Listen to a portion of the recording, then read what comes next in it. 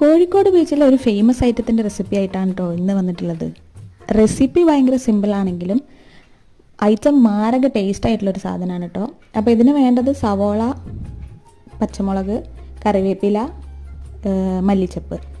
ഇത് മൂന്നും ആദ്യം നമ്മൾ എണ്ണയിലിട്ടിട്ട് നല്ലോണം വഴറ്റിയെടുക്കുക. എണ്ണയിലല്ല, വെളിച്ചെണ്ണയിലിട്ടോ. നല്ലോണം വഴറ്റിയതിന് ശേഷം 2 കോഴിമുട്ട പൊട്ടിച്ചൊഴിക്കണം. ഞാനത് ചെറിയ ക്വാണ്ടിറ്റിയിലാണ് ഉണ്ടാക്കുന്നത്. അപ്പം നിങ്ങൾക്ക് ക്വാണ്ടിറ്റി അനുസരിച്ചിട്ട് സാധനങ്ങളുടെ അളവൊക്കെ മാറ്റാം കേട്ടോ. അപ്പം ഇതിൽ മെയിൻ ഇൻഗ്രീഡിയൻ്റ് എന്ന് പറയുന്നത് ഈ കോഴിമുട്ടയും അതുപോലെ കുരുമുളകുമാണ്.